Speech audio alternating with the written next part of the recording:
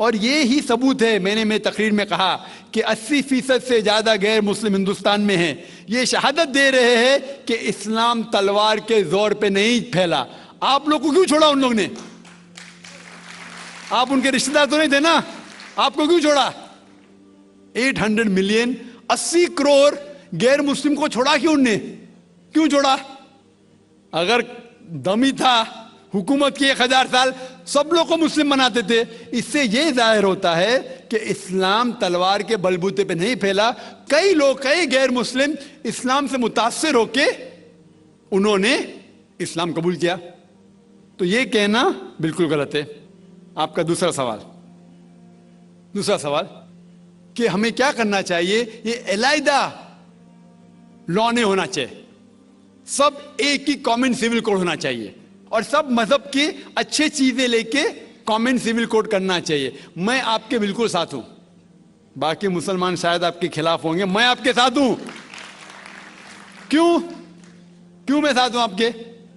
پہلا چیز، ہم مسلمان اگر دیگر مذہب کے بارے میں جانیں گے، کبھی کامن سول کوڈ کی بات آتی سب سے زیادہ نعرہ مسلمان غلط ہے.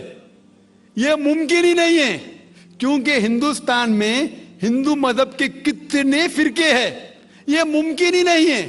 مسلمان تو صرف 20% یا 80% یا 75% جو ہندو لوگ ہیں اس میں ہی ممکن نہیں ہے. یہ کامن سول کوڈ ہندو لوگ ہی اس کو فالو نہیں کر سکتے. ہندو مذہب میں کتنے مختلف گروہ ہیں.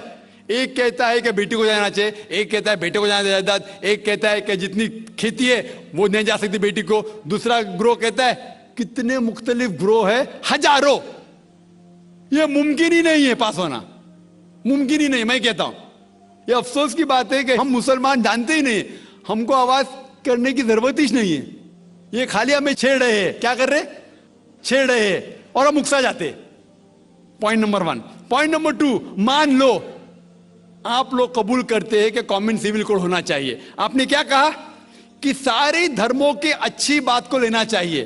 بالکل صحیح.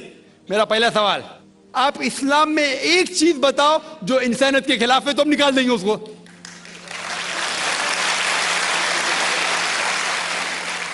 آپ کا یہ کہنا بالکل صحیح ہے کہ باقی مذاہب کی اچھی چیزیں جو ہے، مثال کے طور پہ میں نے تقریر کی سملیرٹیز بٹوین ہندوازم اینڈ اسلام. تو جو اچھی چیزیں ہندوازم کی میں لے چکا ہوں. سملیرٹیز بٹوین کرسچینٹی اینڈ اسلام، جو اچھی چیزیں عیسائیت میں لے چکا ہوں. میں یہ پوچھنا چاہتا آپ سے، ایک چیز جو اسلام میں خرابی ہے وہ تو بتاؤ مجھے، تو اس کو نکالیں گے نا. لیکن منچ کے اوپر جب ڈیبیٹ ہوئے گا انشاءاللہ میں آؤں گا انشاءاللہ. ہاں، منچ پہ جب ڈیبیٹ ہوئے گا کہ ہم کیا کریں گے، ہر مذہب کی اچھی چیز ہوں گی. تو میں یہ چاہتا ہوں کہ اسلام کی طرف سے اس منچ پہ، اس سٹیج پہ انشاءاللہ میں آؤں گا. یہ چیلنج ہے. کوئی بھی شخص ہندوستان میں ہو، منسٹر ہون دو، کوئی بھی سوامی ہون دو، کوئی بھی شنکراچاریہ ہون دو، انشاءاللہ میں طالب علم ہوں اسلام اور دیگر مذاہب کا. میں تسلیم کرتا ہوں کہ ڈیبیٹ ہونا چاہیے، حق بات جو نکلی، لیکن اس کے اوپر عمل بھی ہونا چاہیے. حق بات جو سب سے بہترین ہے انسانیت کے لیے، اس کے اوپر عمل ہونا چاہیے. اس لیے جو آخری کتاب جو اللہ سبحانہ و تعالیٰ نازل کی، قرآن شریف، وہ انسانیت کے لیے سب سے بہترین کتاب ہے. اس کے اوپر عمل ہونا ہی چاہیے. آپ کا تیسرا سوال، کیا یہ ہندو جو ہے انہیریٹنس کے اندر، یہ انہیریٹنس جو ہوتا ہے اسلام کے اندر 1/3 حصہ، 1/3 حصہ ہم ول میں دے سکتے. دینا ضروری نہیں ہے، دے سکتے ہیں. اسلام کے جو ول کے اندر جو آتا ہے انہیریٹنس، وہ قرآن کی آیت ہے سورہ نساء کی سورہ نمبر 4 آیت نمبر 11، 12 اور 176. اس میں کہا گیا ہے کہ جو بھی آپ کی جائیداد ہے، اللہ سبحانہ تعالیٰ کہہ چکا ہے کہ آپ کے بیٹے کو بیٹیوں سے ڈبل ملے گا. آگے لکھا گیا ہے آپ کے والدین کو 1/6 ملے گا. صرف اگر بچے ہیں تو والد والدہ کو دونوں کو 1/6، اگر بچے نہیں ہیں تو والدہ کا 1/3. آگے بڑھتی آیت نمبر 12 پہ لکھا ہے کہ آپ کی بیویاں جو آپ کے لیے چھوڑیں گی، اگر بچے نہیں آپ کو آدھا ملے گا، بچے ہیں تو 1/4 ملے گا. آپ جو آپ کے بیویاں کے لیے چھوڑتے ہیں، بچے نہیں تو ان کو ملے گا 1/4، 1/4. بچے ہیں تو 1/8، 1/8. یہ ڈیفیکلٹ ہے یاد رکھنا، آپ جا کے ریفرنس دیکھ سکتے ہیں. سورہ نساء سورہ نمبر 4 آیت نمبر 11 سے 12. اور اس کے بعد اگر آپ کس کو ول کرنا چاہتے ہیں اپنی جائیداد میکسیمم 1/3, لیکن یہ ول جو کریں گے آپ, یہ ان لوگوں میں سے نہیں ہونا چاہیے. آپ نے کہہ سکتے کہ میں میرے بیٹے سے زیادہ محبت کرتا ہوں, بڑے بیٹے سے, اس لیے اس کو زیادہ دوں گا, یہ بالکل غلط ہے. لیکن جو یہ دائرے میں نہیں آتے ہیں انہیریٹنس کے, ان کو آپ 1/3 حصہ دے سکتے ہیں. آپ کہتے ہیں آپ کو یہ چیز بہت پسند ہے, آپ بھی کرنا چاہتے ہیں, آپ کو کون روک رہا ہے؟ انڈین گورنمنٹ کے حساب سے آپ اگر ول کریں گے, کیا میں میرا 1/3 حصہ دینا چاہتا ہوں, کوئی بھی روک نہیں سکتا ہوں, میں بھی نہیں, نہ منسٹر بھی نہیں. اور پورا اگر فالو کرنا چاہتے سچا دھرم, آپ اسلام قبول کر سکتے, ہم آپ کو ویلکم کرتے. وآخر دعوانا الحمدللہ رب العالمین.